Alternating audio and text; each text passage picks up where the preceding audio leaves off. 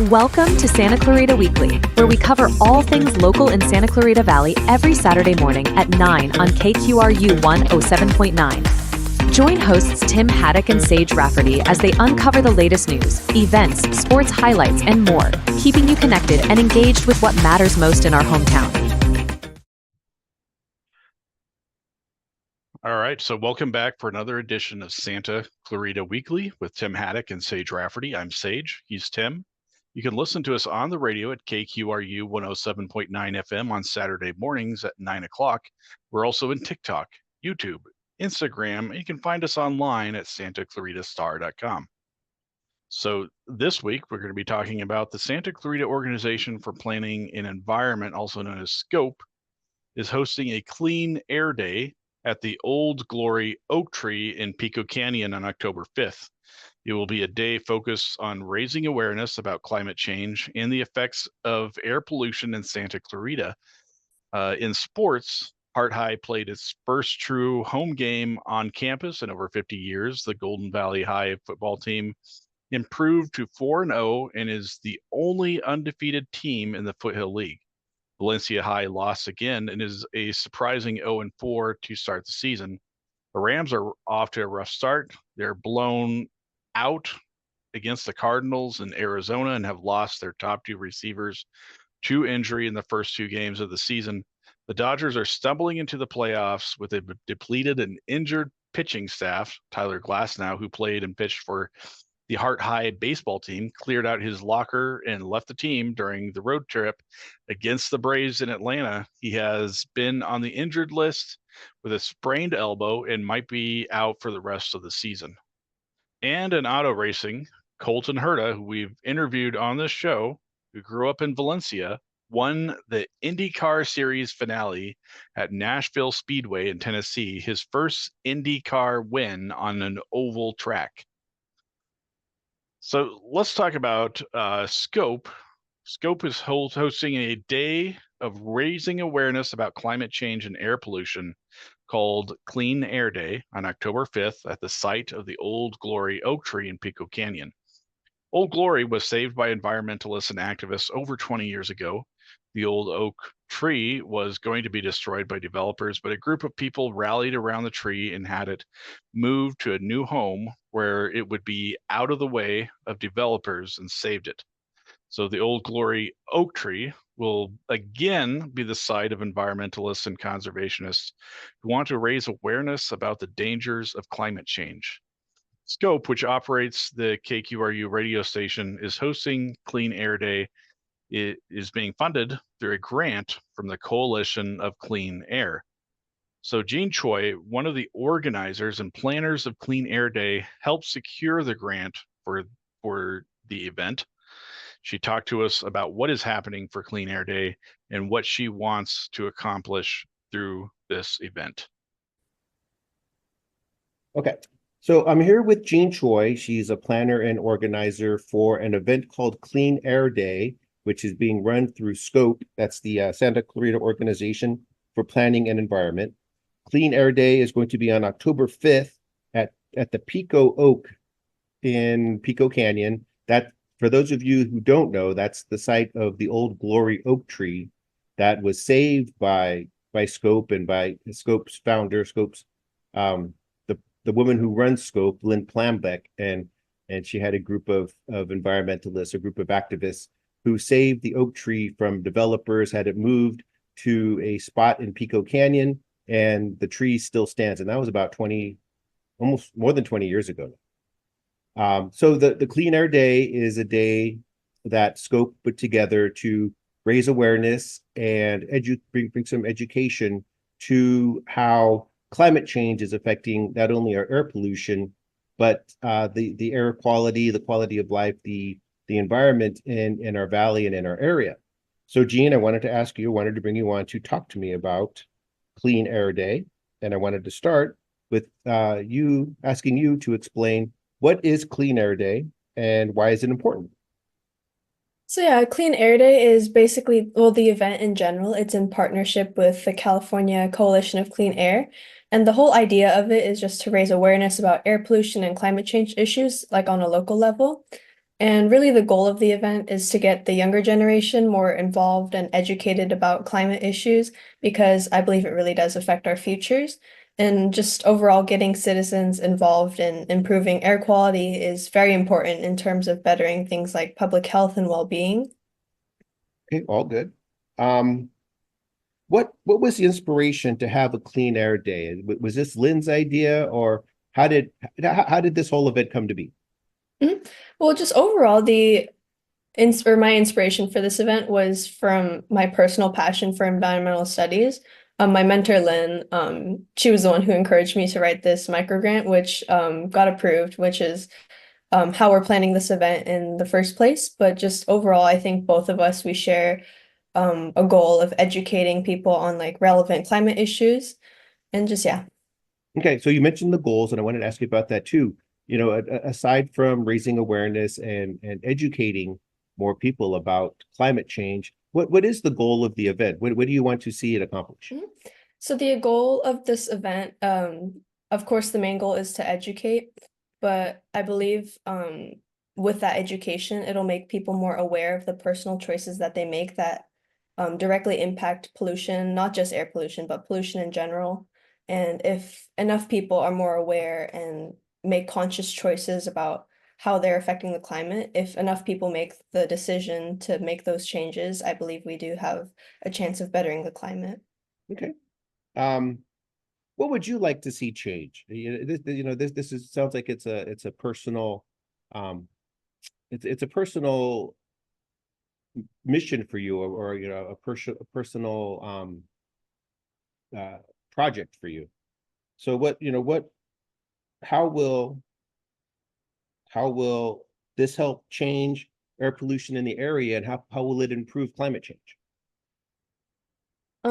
Well, overall, I think, like I said before, I think making more people aware of the choices they make so that they make little small differences, those differences will add up eventually. And from this event, I do want to see, um, just especially because we are catering more towards high school students in my generation, I think it's really important for younger people to be aware of these choices so that as they grow up and become adults, they'll be conscious of the changes that they or the impact that they're able to make. Okay. And then finally, how can people get more involved in this project? How can people get more involved after Clean Air Day is over? Mhm. So while the main highlight I think of this event is to educate people about these issues and climate issues, I think afterwards it's really important to encourage ways to mitigate such issues. For example, people can walk or bike or carpool to school or work. Um, or we could turn off the engine in your car when you're just sitting in there, or just overall encouraging a reduction in energy consumption and just making people more aware of these conscious choices that they can make. I believe it will be able to make a difference. Okay. Well, thank you, Gene.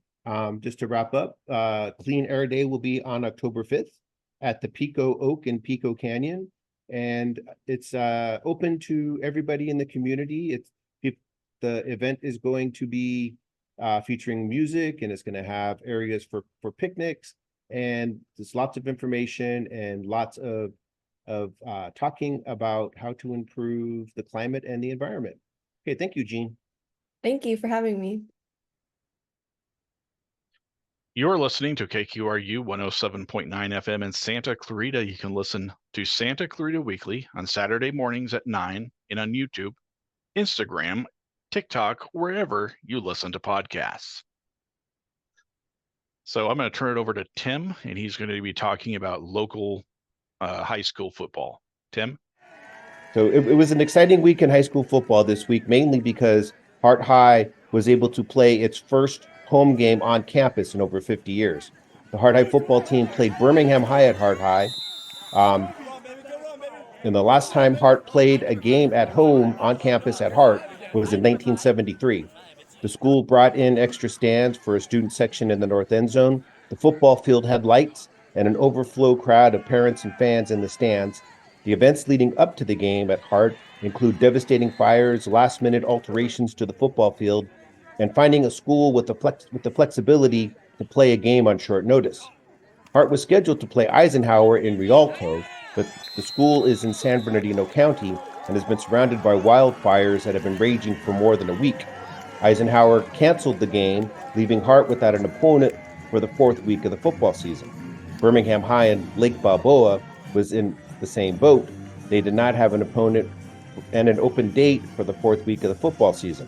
Hart usually plays its home games at College of the Canyons, but Saugus High was playing Simi Valley at COC on Friday night.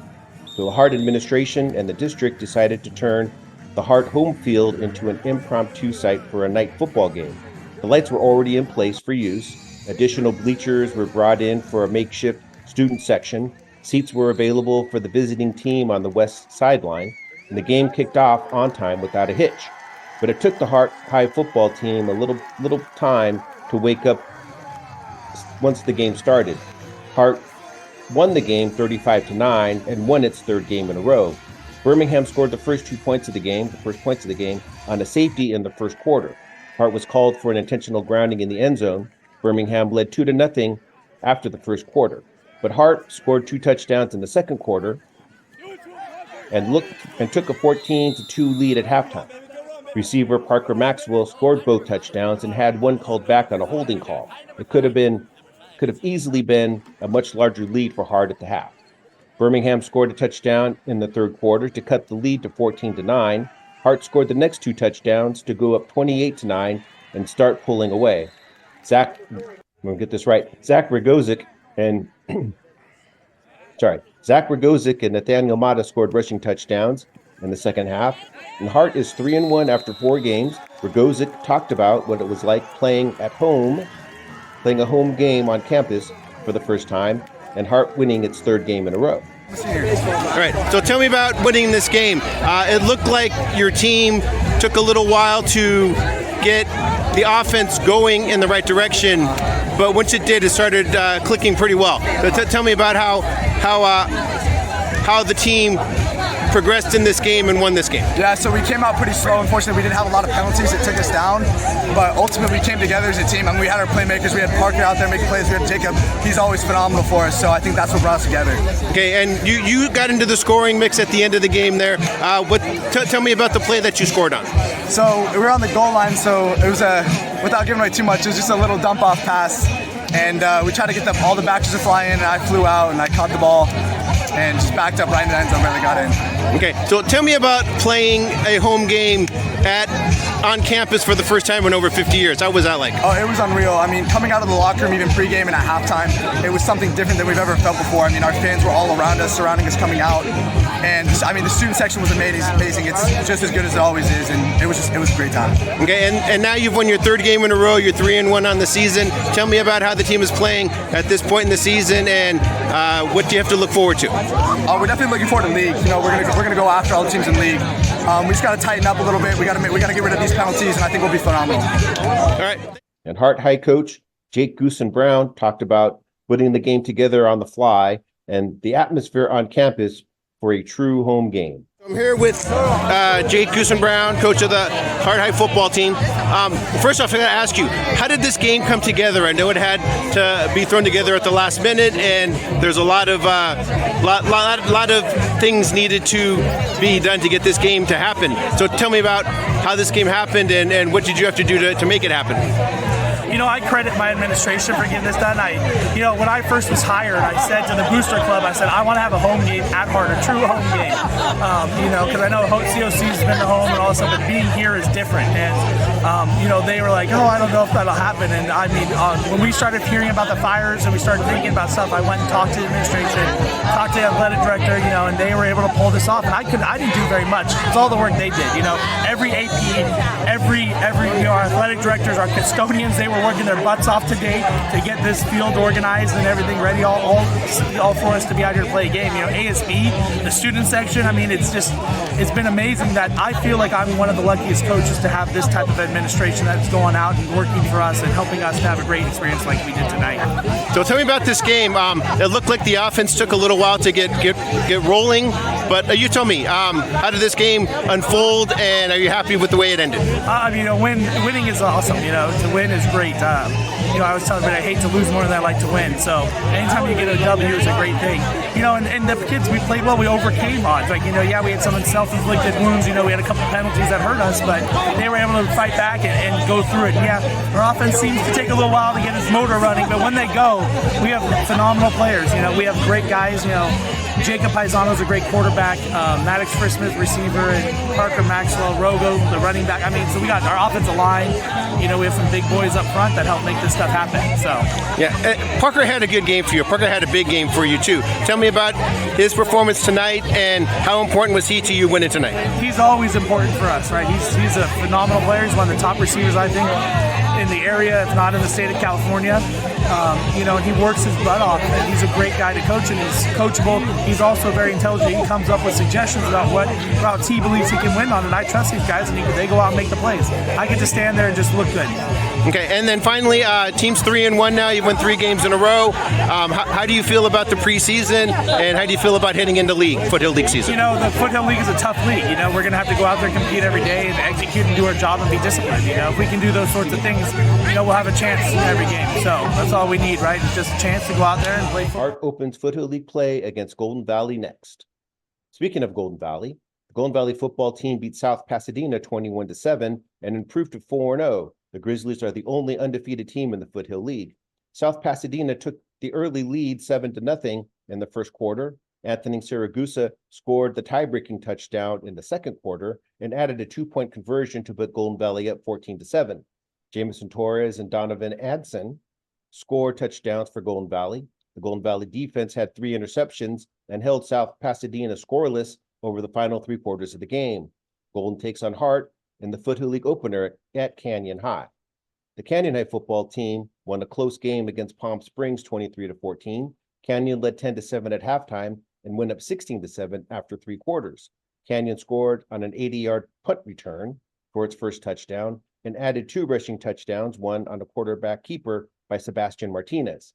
Canyon even its record at 2-2 and plays Castaic in their Foothill League opener. Castaic is coming off an impressive win against Dominguez.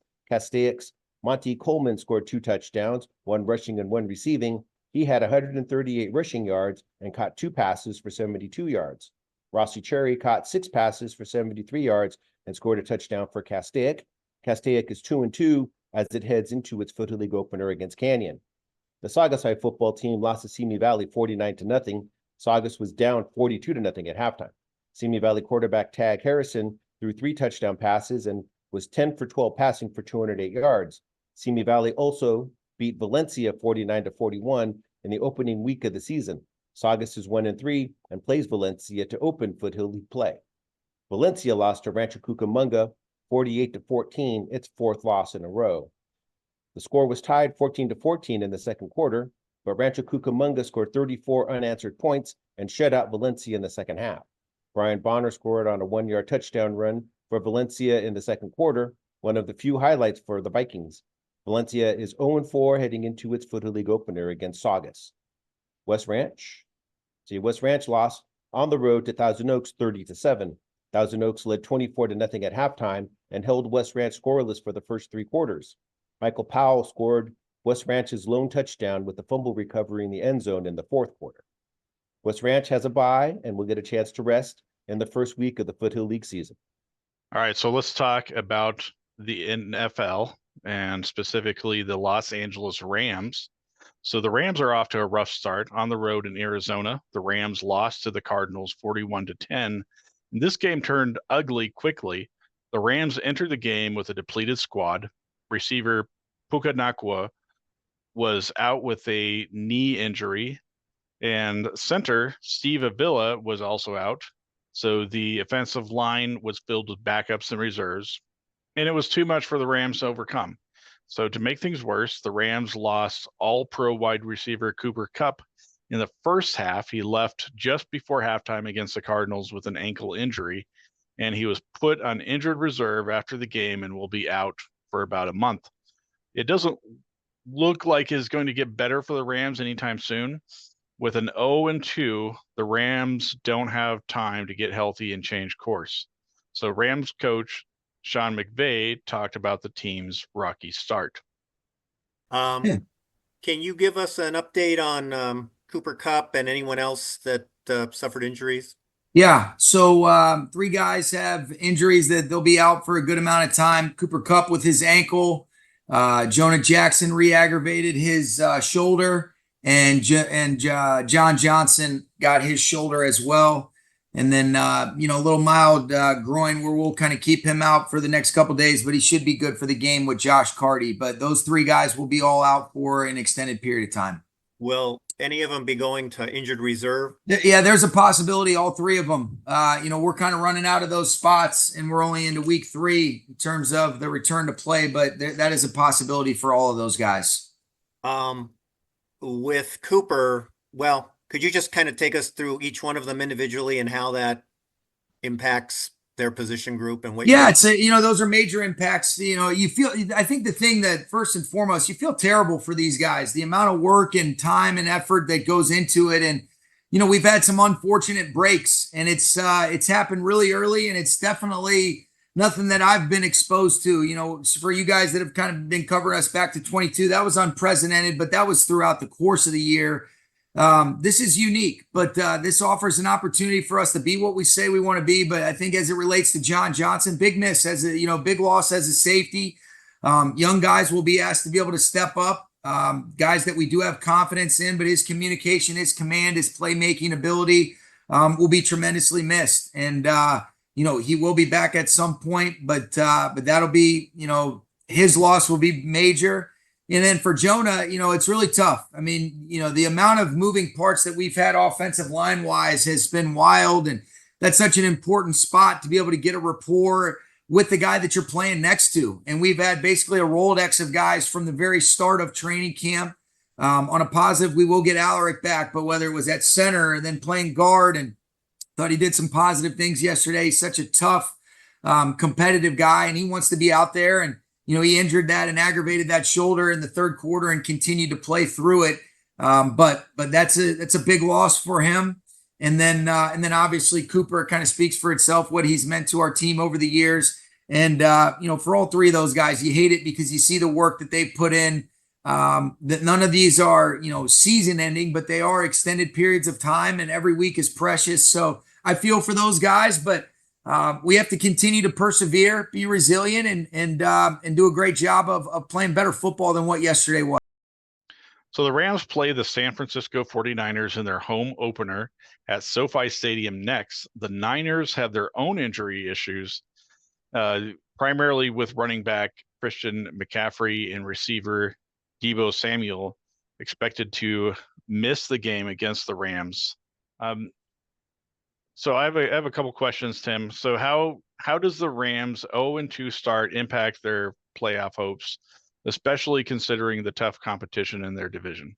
Right. Yeah. So I mean, typically an 0-2 start to an NFL season means that the team isn't making the playoffs. That's been kind of the pattern that happens, and teams that go 0-2, that start the season with 2 losses, don't the percentage, the chances of them making the playoffs are very, very low. So something like 25%, 30%. So they're in bad shape right now. They've had a bad start, and the injuries that they're going through right now, the players that are injured are going to be out for a while. They're just not, little sprains, little twists. They're serious injuries. And when Sean McVay was talking about who was on injured reserve and how many players are on injured reserve, they're almost at their max. It's just not Puka Nacua and Steve Avila. I mean, their entire offensive line has been on injured reserve. They have defensive players who are on injured reserve. They have injuries everywhere on both sides of the ball, and it just doesn't look good for them. It's a really bad start, and it's going to be a while before the Rams are healthy and playing to the expectations that they had when the season started. All right. So speaking of injuries, let's talk about the Dodgers. So the Los Angeles Dodgers went to Atlanta to face a Braves team fighting for a playoff spot. They split the 4-game series, winning the last 2 games in impressive fashion, but Dodgers starter Tyler Glasnow, who played for Hart High baseball team, left the team in the middle of the series. He has been on the injured list with a sprained elbow. After the second game of the series against the Braves, he cleaned out his locker and left the team. Not only was his locker cleaned out, it was completely removed from the clubhouse. So for a couple of days, Glasnow was not in contact with manager Dave Roberts or anyone on the team. And Roberts finally said he was texting with Glasnow in his absence was excused. Furthermore, Roberts said Glasnow will rejoin the team during the next homestand. But it looks like Glasnow will not return to the Dodgers rotation this season, leaving a big hole in the playoff pitching staff. So the Dodgers are 89-61 after 150 games and have 3.5 game lead over the San Diego Padres and the National League West standings with 12 games left to play. So the Dodgers are on the road to start the week against the Marlins in Miami. They return home for a weekend series against the Colorado Rockies. So Tim, given the Dodgers' current lead in the NL West, how important is it for them to maintain their momentum and secure a playoff spot? Oh, it's very important. It's very important. And even more important is that the Dodgers have one more 3-game series against the Padres. And that series could decide who wins the National League West championship. So the Dodgers are making that lead very uncomfortable right now. They've been in the lead in the National League standings almost all season. I think they were tied at one point with the Padres very, very early on. And for the rest of the season, they've been in front, and they've had comfortable leads at certain points in the season. But right now it's down to almost 3 games, and there is a 3-game series left with the Padres. So, they need to go on a winning streak. They need to start finding ways to win games again, and they need to try to find a way to keep the Padres at bay and not overtake them in the standings. So finally, let's talk about Colton Herta, who Tim had a chance to actually interview on this show earlier this year. But Colton Herta from Valencia won the NTT Indy Car Series race at Nashville Superspeedway in Tennessee. It was the Indy Car Series season finale. It was also the first time Herta has won an Indy Car Series race on an oval track. Herta won 2 races this season in the Indy Car Series. He also won the race in Toronto. He ended up as the runner-up in the Indy Car Series championship standings, driving for the Honda-powered Andretti Global, and with the Curb Agagian team. So congrats to Colton Herta. All right, so that's our show. So tune in next week for more discussions about the news from Santa Clarita. You can listen to us on the radio at KQRU 107.9 FM at 9 on Saturday mornings. You can also watch us on YouTube, TikTok, and Instagram, and listen to us on SantaClaritaStar.com, wherever you listen to podcasts. So leave us a comment and be sure to subscribe to Santa Clarita Weekly Online. Thanks for listening and have a great week. Was that okay? It was fine. We're all good. Thank you for listening to Santa Clarita Weekly. You can watch the show on Santa Clarita Star's YouTube channel and Facebook page, as well as listen in on the radio at KQRU 107.9. Visit SantaClaritaStar.com for more content and tune in right here to KQRU 107.9. A new voice for Santa Clarita.